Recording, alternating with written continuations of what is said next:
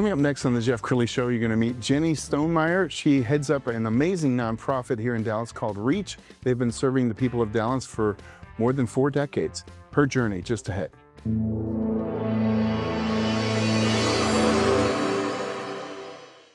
Many are predicting that the worst is yet to come, which is unfortunate, said one person here. Until now, they've enjoyed the reputation of being the nation's icebox. Watched a burglar in his home this morning by webcam. As a journalist of over 25 years, stories are what make my world turn. Reporting live from the Dallas newsroom tonight, Jeff Crilley, Fox 4 News. But in 2008, I took the jump from my familiar life and started a PR firm from my home. We're talking about anyone with a camcorder like the one I'm using becomes a television network. We started slowly growing the company, and we now have over 100 clients, and we've branched into the world of live digital broadcasting. I now own 8 different TV studios and have a huge team, and the stories that I now get to share are sometimes the most important of my life. Life has a funny way of coming around full circle. This is the Jeff Crilley Show. Well, if you watch this show before, you know I love featuring amazing nonprofits, and I have Jenny Stonemeier in the studio. She heads up Reach. It's been around for 40 plus years. Jenny, thanks for coming on the show first, but tell us about the people you serve. Of course, yeah. Thanks for having me.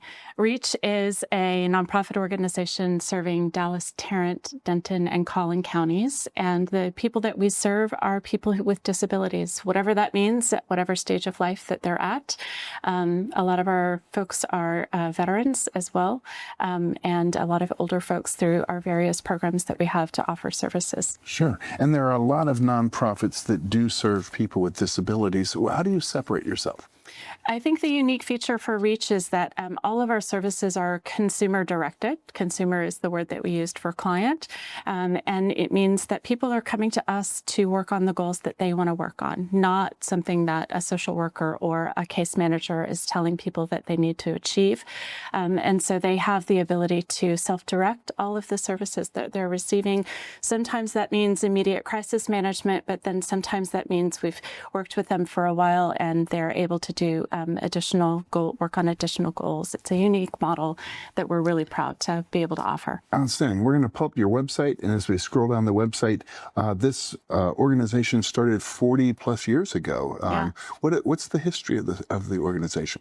We were funded in 1987 as what's called a Center for Independent Living, which is not providing residential services, but it's providing services for people with disabilities.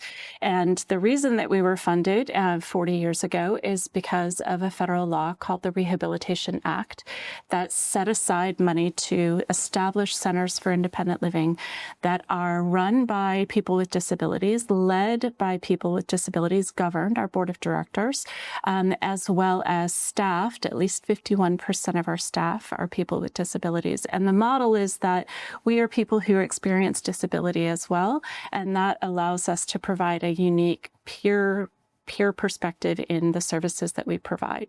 Sure. We started as a Center for Independent Living. Times change, economies change, funding cycles change. We realized that we had an opportunity to support veterans through additional programs and then older adults who need home modifications as well. And so those are our 3 main programs across the Metroplex. Yes, and you guys do a great job posting videos. I found one that I really like. Let's go ahead and roll that. Hi, my name is Lawrence. There used to be a step here and a step right to my left. With a walker, you had to pick it up each time. Bringing in groceries from the cars made it very difficult, and we really are pleased with the way they built the ramp. We've needed this for many years, and I'm very happy with it. It'll make a big difference, especially as we get older. I'm 75 now. In the future, it won't be getting any easier coming in and out of the house, so this is a big improvement. I'm Sally, and I found out about Reach. Larry and I are very, very grateful. We both will benefit by this extra support. We have to have it to keep upright. And in the backyard as well, I will just give you the best word of mouth advertising that I possibly can for the rest of the days of my life. Jenny, even something as simple as a ramp can make a huge difference. It really is such a simple thing, and it's the difference between people being able to stay in their homes and age in place, or having to go to a nursing home or other kind of assisted living facility. If somebody can navigate their home independently, they're going to be healthier, they're going to be happier, they're going to be more independent, they're going to be more economically stable. Those are all reasons that we participate in these programs and offer these services in our area. And we were talking right before the show, and you mentioned Jose. Will you share that story? Jose is a young man who lives in Dallas. He's in his early 20s. He had been coming to Reach for several years. He came in one morning and said, I have applied and been accepted to an adaptive skiing program. I'm going to Vail in 3 months. He said, but I've never traveled before. Can you help me figure it out? And we all kind of gasped and thought, yeah, this is exactly what we can do. We can help you figure it out.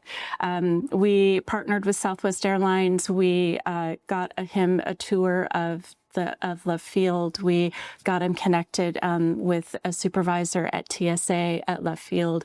We were able to go with him to the airport and have him experience the entire process, not on the day of travel, not on the day when there was so much time pressure, but weeks before he was going to fly and go to Colorado. And he flew independently by himself. He went skiing for 4 days in an adaptive skiing program by himself.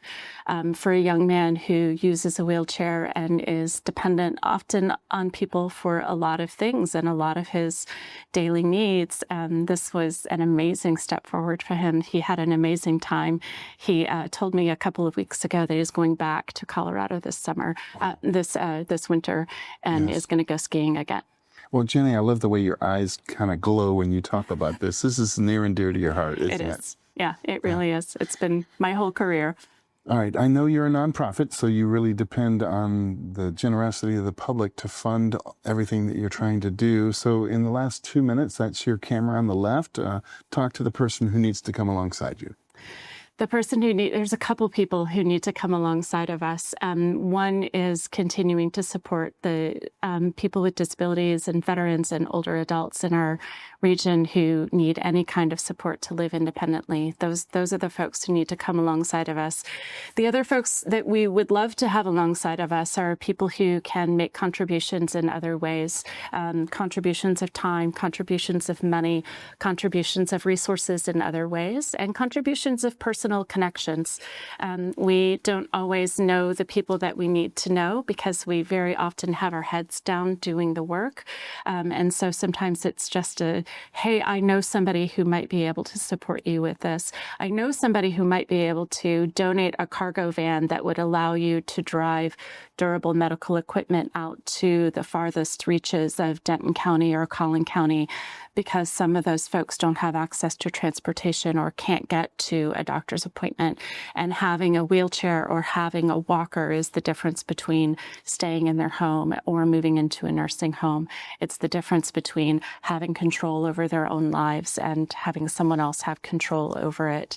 So if you have access to finances, to money, to connections, to communities, and sometimes it's the unsuspecting connection that is the most meaningful, like not the most logical connection, but it's the people who have an interest in supporting something that maybe have access to a different set of resources and social network. Those are the connections that we value the most, and we would be more than welcome to receive those and build relationships with folks, because we really truly are about building relationships and making sure that we're meeting the needs of the folks who come to us for support, but also meeting the needs of the rest of our community. Okay, before you go, give us the website, and we're going to put it on the screen. The website is Reach, REACHCILS.org, and it's a brand new website. We just launched it last week, so if it's a little